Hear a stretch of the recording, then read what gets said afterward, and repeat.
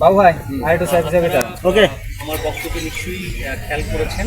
আমরা 2024 সালে 1 ফেব্রুয়ারি থেকে 2025-এর আজকের দিন পর্যন্ত, অর্থাৎ 1 ফেব্রুয়ারি পর্যন্ত প্রায় আমরা যে পরিমাণ মাদক করেছি সেটাই আমরা ধ্বংস করার একটা আনুষ্ঠানিকতা কার্যক্রম শুরু করেছি।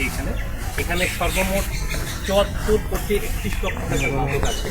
এর মাঝে হেরোইন, ট্যাপেন্টাডল ট্যাবলেট, ইয়াবা, ফেন্সিডিল প্রচুর পরিমাণে ছিল।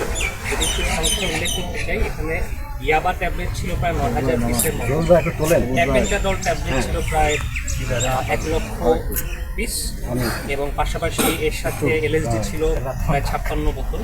এরকম পাতার বিড়ি, গাঁজা প্রায় 150 কেজি থেকে 950 কেজির মধ্যে বিভিন্ন সংখ্যায় ছিল।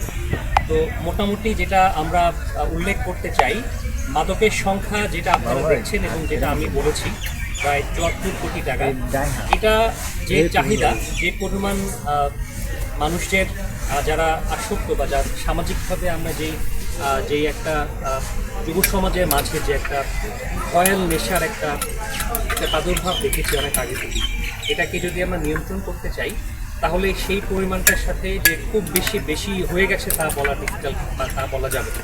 বাট একটা কথা বলা সম্ভব, আমাদের গত 1 বছরে যে পরিমাণ আমাদের টহল এবং যে পরিমাণ আমাদের অ্যাক্টিভিটি বেড়েছে, তার প্রেক্ষিতে এই সংখ্যা বর্তমান প্রেক্ষাপটে আরও বাড়বে। আমি আশাবাদী নেক্সট ইয়ারের সংখ্যাটা আরও বাড়বে। এটা ইনফ্যাক্ট যদি আমরা পরিসংখ্যান দেখি, গত বছর প্রায় 25 কোটি ছিল, এবছর এসছে 75 কোটি। এভাবে আমরা দিন দিন সংখ্যাটা বাড়াতে পারি। আর আমাদের হাতেই যে সাফল্যে আমরা সাফল্যমণ্ডিত মনে করব তা কিন্তু নয়।